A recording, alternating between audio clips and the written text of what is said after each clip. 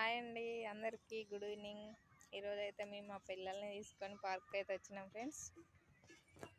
అదో మా పిల్లలు అక్కడ ఉన్నారు. హాయ్.